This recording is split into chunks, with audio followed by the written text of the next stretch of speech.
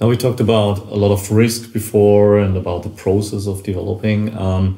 It's very hard if you say, okay, let's finish the game to the end is much, much more better. So it maybe takes more money. It takes maybe stakeholders or owners of a company to convince to go on with the project, or even a publisher or someone else, or even the community in this case.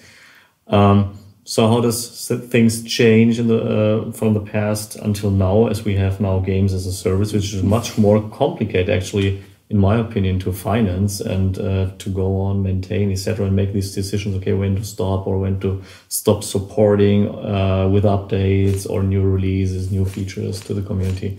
So maybe you can talk about what is your thoughts about that, or your strategy there for eventual Shroud or the other games here for Lars. I mean, it's not always more difficult. The games as a service is something that makes some things easier, because what we are trying to do is actually get the game out to a community and to the public, if you will, as soon as possible. And that's what Shroud the Avatar has done in the past. I mean, the game's been live for 51 months forever. So, and you've been taking money ever since day one, if you will, because, Kickstarter was actually where you get the money from. And for our games, the good thing is that at some point when you release the game, you can start to make money with it. And that supports operating the game, and it supports improving the game going forward. So of course you still want to have that that initial first version that convinces the community. But what I like about games as a service, and that's pretty much what we've always been doing, is that you don't have to call it finished. You can always add to it. There's always things you can patch. There's things you can add that make the game better. There's things you can introduce to make the community stay longer. There's so many things you can do, and that's why I think it's actually a little easier than getting like the gold master or something and then shipping it, and there's nothing you can do about it anymore. In terms of financing, though, of course, since you're in for the long run, you gotta plan that. So you can't say how much you're gonna spend like 2 years down the road, 3 years down the road. It depends on what you want to accomplish. And that is mostly true also for marketing spending. So when you look into how your game is doing and how the community is receiving it, get a little bit of data points about it, that helps you make a decision on how much you want to spend further down the road. For games that we make right now, and it's probably going to be true for Shroud the Avatar as well, even though we're not developing it, quite a big chunk goes into marketing, because we have to make sure we spread the word. It's one of the reasons, by the way, that Travian Games is not in mobile anymore, or I won't say anymore. We have a couple mobile games out there, but we're actively working on one right now that I truly believe is going to be awesome. But the thing is that the risk ratio that we have there in the mobile space, from our point of view, is quite challenging. Well, you have, let's say you spend $1 million on developing a game in the mobile space, and if you really want to be at the top in the stores and everything, and don't have all the connections that some of the big ones have, then you can easily quadruple that in terms of marketing spendings to be where you need to be. That's why we decided for PC, because it's not as bad there, and we believe that the community on PC is one that actually sticks around much longer. Does the community approach, which I don't see on mobile that much, to be honest. So that is kind of my first draft at answering the question. It's very complex, of course, and it depends on what kind of game you make. Well, and the nice thing too about online community-based games with longevity is, in addition to everything you said about the marketing factors and other things, which I totally agree with. You can, once a game is live, even look at Ultima Online, arguably the first, large-scale online game. To this day, 20 years later, it still has an 8-person team building it and expanding it. And that 8-person team is right-sized for the revenue that comes in. And so once one of these games is out, you spend what you think you need to do to give it its maximum potential. But then you very quickly throttle everything, your marketing spend and your ongoing development, to the scale that you have found. But then, like an example we talked about yesterday with EVE Online, once you right-size the team to the revenue pool you have, then you start analyzing your paths forward and go, how can I, if I didn't get to the level I wanted to get to, or I believe I should be able to get to, what can we correct, what can we improve, where can we move this to get into a bigger and bigger and bigger pool of a bigger community of players. And that's a luxury you have with online games that you don't have with Fire and Forget. You know, I can't tell you how many times, you know, even with the games I thought went well in solo player before online, and especially before the day of patching, you know, we would ship it out there, somebody would find some deficiency, and even if the game went well, just the fact that that deficiency existed forever, you know, was just such a, you know, cry moment to just realize there's really nothing you can do to address this thing, which would have made you better, happier with it as an artist, and it probably could have done even better, you know, had you just been able to address that thing that now is on the gold master, so gone. Mm-hmm. Yeah, one thing you said is really important. You have to scale the team according to the revenue pool that you have. And obviously you have games, and we're lucky to have Travian Legends or original Travian, where we make enough money that we don't have to, I'm not saying we have to scale the team up to use all the revenue we make with that, because that obviously pays for many other things we do. But we still have around, maybe the number is not entirely correct, but 17 people, I think, working on that project right now. It's still our most important one. And we're trying to do that for every single game we make. Always make sure that if it's a smaller game, have a smaller team on it, and do something with the money we get. So that's actually adding to what I said in the beginning, that online games or games as a service are helping in that instance, because you get money in. And if you want, you can get it pretty early, actually. Yeah, but nothing lasts forever, to be honest. I mean... Well, Travian's been... I agree. Okay, Ultimate's still there. Travian's been around for its 14th year now, but I agree with you. Actually, I have to say that, because the guys are going to be proud of me. Last year, for the first time, I'm actually super happy about it. The second half of 2017, we increased the revenue compared to the year before. In the second half of 2016. That's something that we didn't think was possible. And the game is like 14 years old or 13 years old. So there's still something in it. And that is, I'm just saying this as a proof that it's possible if you have people dedicated to the project, they work on, passionate about what they can accomplish, even with an old lady, as we sometimes call Travian Legends, there's a lot you can do. But we are perfectly aware that that we're lucky with that we have a great community that we're trying to support as much as we can. But that's not going to be the case for every single game. But we're trying to build that into all our games, to have something that makes people stick around. Rain Nation is another title that we have where people are actually super active, and that actually keeps them there. I mean, I don't have to tell you that community is what makes or breaks an online game. And that's why we focus so much on these guys and involve them early, because then it is possible to even increase revenue after so many years, even introduce something new and have people stay around for longer. We haven't always been doing a good job, but we're trying to focus on that, because that is actually where our strength comes from. So, as a big Travian player, I know that one of the big success of Travian was that you were going to a lot of markets where everyone else was not going that time. Yeah. So you were very big in Arabic region. You're still having Indian servers and stuff like that. So how important was that now, the learning, and how easy can it be done now with Shroud of the Avatar? Because when I play Shroud of the Avatar, I still have some glitches, like there's German text and then English text again. So I totally fine. I know the warning that don't buy that game. It's not done yet. Yeah, it's not done yet. So but how important is that nowadays? So let me answer the first part. So it was crucial that we went to those markets. I mean, big parts of our success comes from those markets. The Arabic region is amazing for us. We still get around 12% or 13% of our revenue from Saudi Arabia or other countries in that area. It's been going down quite a bit, but because they have better access to many more games, better computers, and so on. And one of the success factors of Travian was that it ran on pretty much any computer down there. Didn't require a lot of bandwidth. So and it was localized early. And it was localized early, and mobile was not a big thing. So that's why it was actually pretty huge there. In I think 2009, it was the +1 search term on Google in Saudi Arabia. That was crazy. It was Googled more than anything else. Yeah, even more than Richard Garriott. I mean, so even more than Ultima. What? You can't believe that. So that was super important.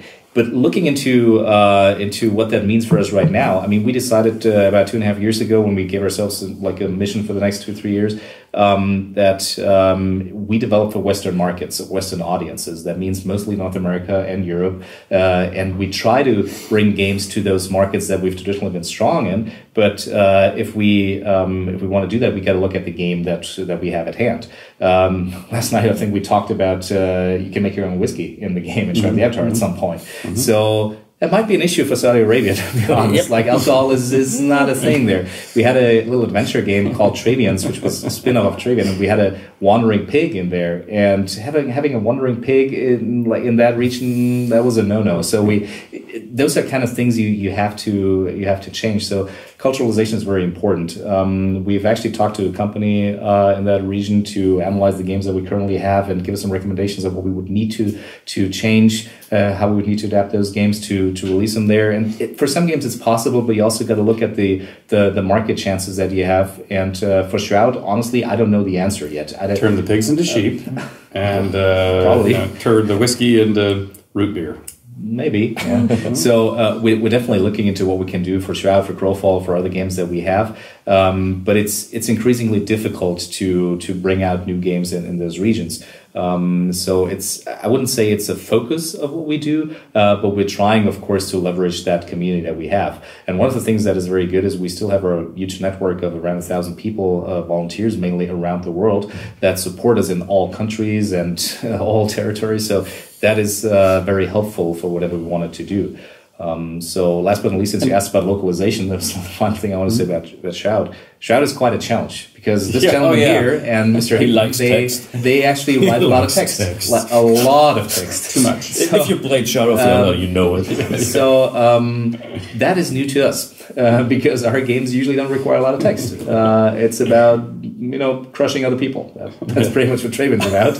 So that is something, of course, that we have to do. We want to make sure that we localize the game into the key languages. And for us, like the two key languages, definitely German and French, other than English. That we have to have the game localized absolutely well. Sure. And then, of course, we have to be creative. I mean, Rich and his team have been working with the community to translate parts of the game into a couple languages, and we have to continuously talk about how we're going to approach that, how we going to do it going forward. For Arabic, for example, that might be the thing to do. That's what we have to figure out. I think the most problematic thing, we are now talking about game as a service, whatever, but we have a lot of audiences out there, small developers, indie game studios, and I think their problem is, okay, if they have at least one big hit or one big success, they cannot care as a team of 5 or 10 people maybe to maintain this title, to update it all the time and maybe port it to other platforms, and then concentrate and find the innovation or the ideas for a next cool title, which is again financing these kind of guys, because sooner or later this title is maybe not that kind of big thing feeding the company for the next 20 years. Well, but let me take issue with that, with the following. Just when you were talking about expanding in all these language territories, it was reminding me of one of the things I think helped Ultima grow in the early days was that we ported it onto every platform. And if you looked at Apple versus Atari 400, 800, or the ST or the Amiga, or these up to 9 platforms we were available on, individually all of them were relatively modest in scale, but the aggregate was not only very large, but the aggregate also allowed it to be global. While the Apple II might have been more popular in the United States, the Commodore 64 was more popular in parts of Europe, and other machines in other areas. So it allowed it to spread. And the cost of doing one of those ports onto a similar PC platform was not nearly as much as writing a whole new game.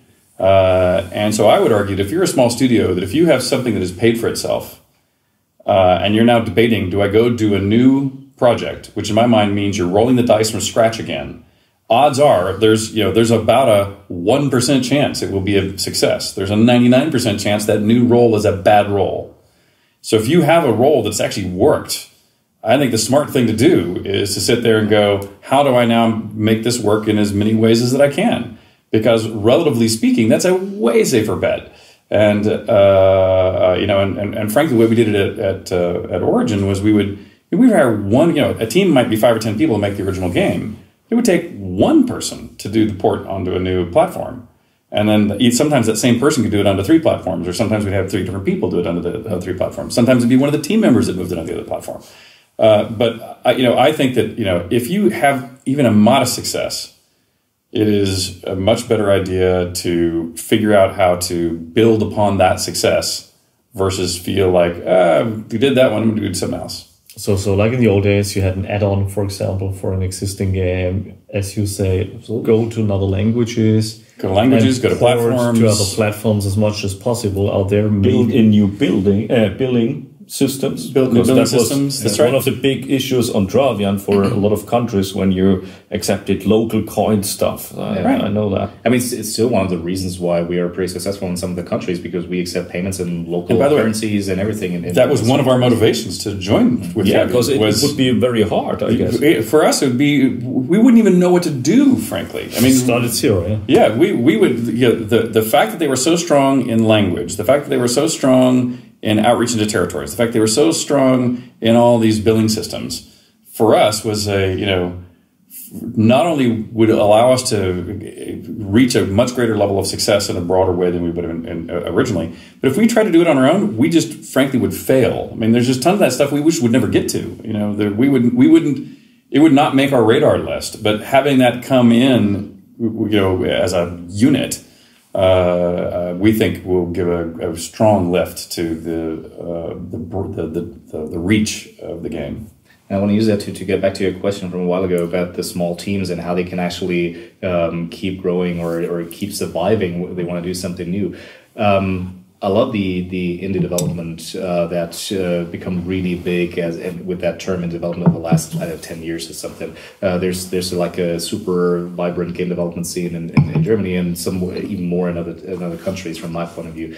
But one of the things that I didn't like about that development was that all of a sudden every publisher became obsolete. Everybody was saying like you don't need partners anymore. You can do it all on your own. You can whatever you want. You can just push the release button and everything's gonna be fine. You're gonna be fine. Why do you need the big guys? I don't consider us big guys. I don't consider us a traditional publisher. I actually agree with what Richard was saying earlier, that we're a developer. We're a developer at heart, and that's why I think we are a good partner for many of those developers who feel very passionate about games. But there's nothing wrong with seeking a partner for something. Sometimes if you're a 5-person team and you developed a great game, you might be stuck somehow. You make a little bit of money, but how do you get it to other territories? There's nothing wrong in asking somebody for help. Why don't you approach us or you guys or whoever to with the questions like how do I win from here? I mean, what can I do next? And that is something that I think the entire industry was kind of missing out on over the last couple of years, because everybody was blaming the big publishers, and I'm probably not a huge fan of those either. But that all of a sudden meant you don't need any third party anymore. They're out of the equation, and I think that is a mistake. I agree with you. It's wrong thinking. And even thinking that you should roll it yourself is often wrong thinking. If even for us, we're an experienced developer. If small, we're very experienced. And in our near purview in Austin, Texas, are the same. I mean, I still know very well personally and do projects periodically with the people that were our sales and marketing and other parts. But if I were to bring all those people back into the company, I'd have to keep them busy and pay for them full time every day from the day I hired them and forevermore. And when you are only releasing when you're a one project company, and so you're only going to release a new, bold new version, hopefully once every year or so, but we're definitely not releasing a new title every quarter or every month, it doesn't justify hiring on that staff.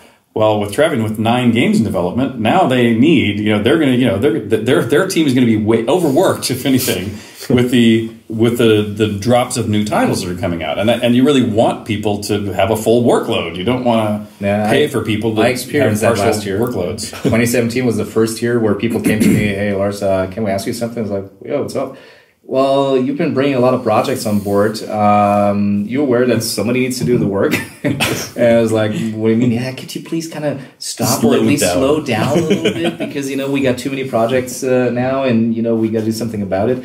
And it was hard for me because I really want to move the company forward and I want to help it to get to the next level. But the thing is, after a while, I realized, they're right. I mean, somebody's got to do it, but but that justifies having like bigger teams to some extent. We don't solve everything about resources, but sometimes you just got to be creative. But it really is the reason why we can also create synergies. We have games like Profile and Shroud, and even though they're different games, that means we have similar approaches to how we want to market those titles and what's important for that and so on. And that is something that if Richard built it on his team, he would probably have to hire a couple people to actually do that.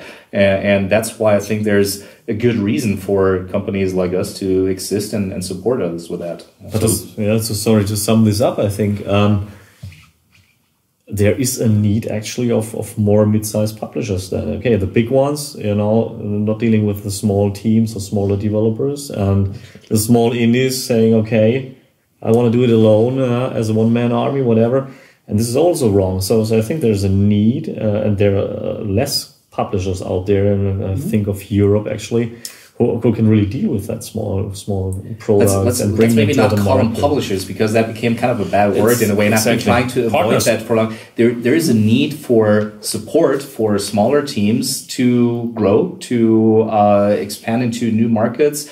And if we're the right partner, fine. If somebody else is the right partner, also okay. I don't see ourselves as a publisher too much. That's why we've been really trying to avoid that term.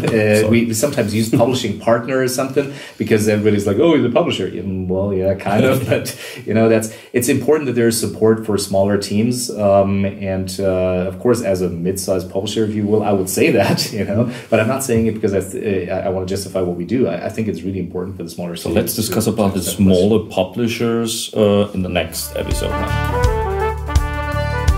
What I really like is the word publishing partner. So the publishers were the evil guys, in the old days. In the old days, maybe. And publishing partner sounds like, okay, this is nice. This is a partner.